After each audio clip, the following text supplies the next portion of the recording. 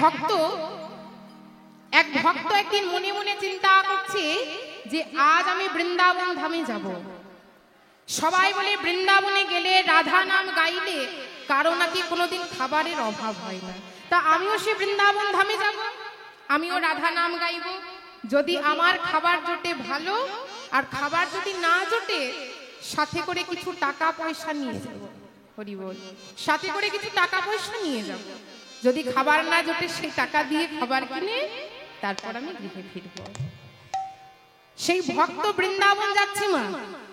সেই বৃন্দাবনে গিয়ে রাধা নামও গাইছি। তার রাধা নাম গাইতে গাইতে সকাল থেকে সন্ধ্যা হয়ে গেল, কিন্তু সেই ভক্তের খাবার কোনো মতে আর জুটছে না।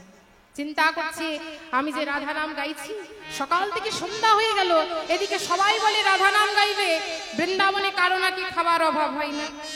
তা আমিও তো সেই রাধা নাম গাইছি, তাহলে আমার কেন খাবার জুটছে না? হরি বল। সেই ভক্তের কিন্তু রাধা রানীর ওপর বিশ্বাস নেই মা। রাধা নাম গাইছে ঠিকই, কিন্তু রাধা রানীর ওপর বিশ্বাস বা ভক্তি কোনোটাই নেই। সেই ভক্ত এসেছে বৃন্দাবনে রাধা রানীকে পরীক্ষা করার জন্য। ঠিক এমন সময় এক সাধু এসে দাঁড়িয়েছে সেই ভক্তের কাছে। এসে বলছে, কি হয়েছে বাবা, তুমি এত ক্ষীণ স্বরে রাধা নাম করছো কেন? তোমার কি কিছু হয়েছে? আচ্ছা বলুন তো মায়েরা, পেটের মধ্যে যদি খিদের জ্বালা থাকে ভগবানের নাম নিতে ইচ্ছে করবে গো? হ্যাঁ, খিদে পেলে কি আর ভগবানের নাম নিতে ইচ্ছে করে? তা সেই ভক্তের এতটাই খিদে পেয়েছে যে রাধা নাম ঠিক করে আর বেরোচ্ছে, ক্ষীণ স্বরে রাধা নাম গাইছে। এবার রাধা নাম গাইতে গাইতে সেই সাধু বলছে, কি হয়েছে বাবা, তুমি এত ক্ষীণ স্বরে কেন রাধা নাম গাইছো? সেই ভক্ত বলছে, জানেন বাবা, আমি সেই সকাল থেকে রাধা নাম করছি, এখন সন্ধ্যা হয়ে গেল। সবার মুখে শুনেছি রাধা নাম গাইলে কারো কোনোদিন খাবার অভাব হয় না। তা আমার তো খাবারই জুটলো না। আমি তো সকাল থেকে রাধা নাম গাইছি, কই আমার তো এখনো খাবার জুটলো না। সেই সাধু বলছে, বুঝতে পেরেছি, তুমি বৃন্দাবনেশ্বরী রাধা রানীকে পরীক্ষা করার জন্য এসেছি। এক কাজ করো, সাথে করে যে টাকা পয়সাগুলো এনেছো সেগুলো আগে কোনো দরিদ্রকে দান করে দাও, আর এক মনে রাধা নাম গাও, দেখবে তোমার ঠিক খাবার জুটবে। সকলের খাবার জুটছে, তোমার খাবার জুটবে না। সেই ভক্ত কি করেছে মা, ওই সাধুর কথা মতো যা অর্থ সাথে করে এনেছিল এক দরিদ্রকে দান করে দিল। এবার এক মনে বসে রাধা নাম গাইছে। আমারে সাধের বিনা রাধা নামে স্বপ্নে গাথা,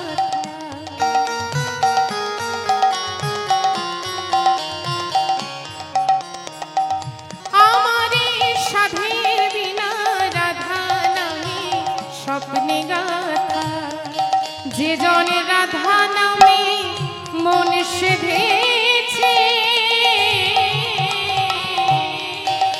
যে জন রাধা নামে মন সেধেছে,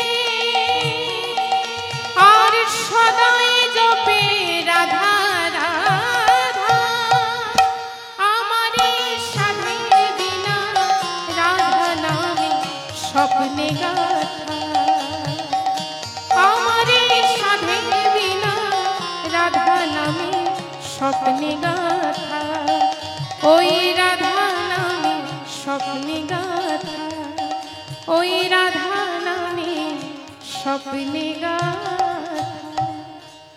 বলিয়ে রাধা রানী কি, রাধা রানী কি, রাধা রানী কি। দেখুন বাবা, সেই ভক্ত রাধা নাম গাইতে গাইতে রাধা নামে বিভোর হয়ে গেলেন। এক মনে রাধা নাম গাইছে। ঠিক এমন সময় ছোট্ট একটি মেয়ে এসে দাঁড়িয়েছে সেই ভক্তের কাছে। এসে বলছে, বাবা আমার হাতে কিছু খাবার আছে, তুমি খাবে? সেই ভক্ত কিন্তু রাধা নামে বিভোর হয়ে গেছে, তাই মেয়েটির কাছ থেকে খাবার নিয়ে পেট পুরে ভোজন করেছে। এবার রাধা নাম গাইতে গাইতে সেই ভক্ত ওখানেই ঘুমিয়ে গেছে। হঠাৎ যখন তার ঘুম ভেঙে যায়, মনে পড়ে যায় সেই ছোট্ট মেয়েটির কথা। ভক্ত চিন্তা করে, এ আমি কি ভুল করলাম, আমি বৃন্দাবনেশ্বরী রাধা রানীকে পরীক্ষা করার জন্য এলাম, চিনতে পারলাম না বৃন্দাবনেশ্বরী রাধারানীকে।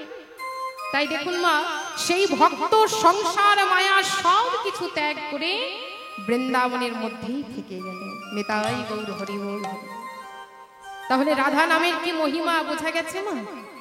ভগবান বলেছেন, কেউ যদি সারা দিন আমার নাম জপ করে, অর্থাৎ সারা দিন যদি কেউ কৃষ্ণ কৃষ্ণ কৃষ্ণ কৃষ্ণ জপ করে, ভগবান তাতে যত না সন্তুষ্ট হয়, দিনান্তে যদি একটিবার আমার রাধা রানীর নাম কেউ জপ করতে পারে, ভগবান তাতে দ্বিগুণ বেশি আনন্দ পায়। কেননা ভগবানের রাধা নাম যে বড় প্রিয়। তাই রাধা নামের মহিমা বোঝা গেছে মা। চলুন আমরাও যখন সবাই এসেছি, একবার দুবাহু তুলে রাধা নাম গাইব। রাধারানীর চরণে মন প্রাণ সঁপে দিয়ে আগে রাধারানীর কৃপা পাবো। কেননা রাধারানীর কৃপা না পেলে কৃষ্ণের কৃপা কখনো পাওয়া যায় না। আগে রাধারানীর কৃপা পেতে হয়, তবে কৃষ্ণের কৃপা পেতে পারবো। তাই সবাই